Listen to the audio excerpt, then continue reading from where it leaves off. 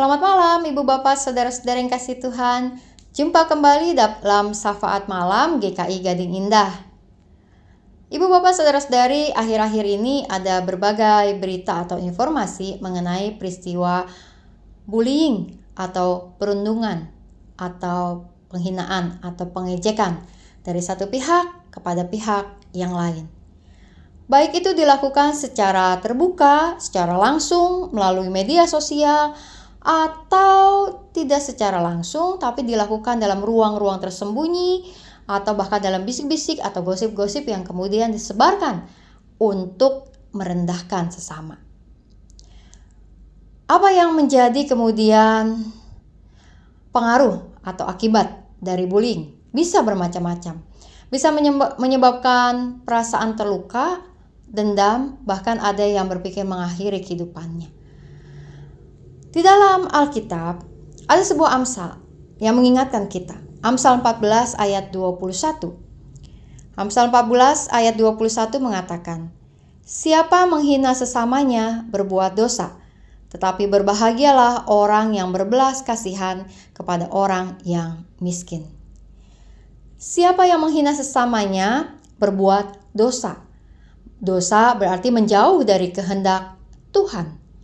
Karena Tuhan menciptakan kita, memberi kita kehidupan dalam dunia ini adalah untuk menjadi berkat bagi sesama, membawa damai sejahtera dan kerajaan Allah bagi dunia. Bahwa Tuhan menciptakan kita dan memanggil kita menjadi umat-Nya, agar kita juga menjalin relasi dalam kasih dengan Allah dan kasih dengan sesama. Maka, menghina sesama adalah dosa. Lanjut, Amsal mengatakan, "Tetapi berbahagialah orang yang berbelas kasihan kepada orang yang miskin." Mereka yang miskin, yang tertindas, yang menderita, yang berkekurangan dalam berbagai arti dan makna. Berbahagialah orang-orang yang punya belas kasihan kepada mereka. Karena berarti dapat menjalankan tujuan untuk hidup dalam dunia, untuk menjadi berkat sebagaimana Allah menciptakan kita. Berbahagia orang yang berbelas kasihan, karena ketika berbelas kasihan, maka ada sebuah relasi yang sedang dia bangun dengan baik dengan sesama yang ditolong. Berbahagialah orang-orang yang berbelas kasih, karena dalam belas kasih itu bukan hanya membawa kebaikan bagi orang yang ditolong, tapi juga membawa kebaikan bagi diri sendiri. Melatih diri untuk menjadi orang lebih sabar, peduli, dan bahkan menjadi orang yang siap untuk melakukan apa yang Tuhan mau tunjukkan. Karena itu dalam kehidupan kita, Ibu Bapak Saudara-saudari, kita mungkin bisa melihat atau juga mendengar atau bahkan diajak untuk menghina, merendahkan, atau juga menginjak-injak orang lain yang kita anggap lemah. Jika ada ajakan atau mungkin juga orang-orang yang membuat kita ingin melakukan itu, ingatlah Amsal 14 ayat 21. Bahwa Alkitab, firman Tuhan, mengajak kita untuk menjadi orang yang berbelas kasihan. Untuk menolak, berhenti, menjauhi sikap-sikap yang menghina, menjatuhkan, menjelekkan sesama kita. Semua orang punya kekurangan. Semua orang punya kesalahan, semua orang punya aib, semua orang punya masa lalu yang bahkan mungkin menjadi sesuatu yang memalukan. Tapi bukan berarti bahwa orang lain punya hak untuk menjatuhkan orang tersebut. Biarlah kita dipakai Tuhan untuk menjadi orang-orang yang membawa belas kasih dan bukan menjadi orang-orang yang menghina sesama kita.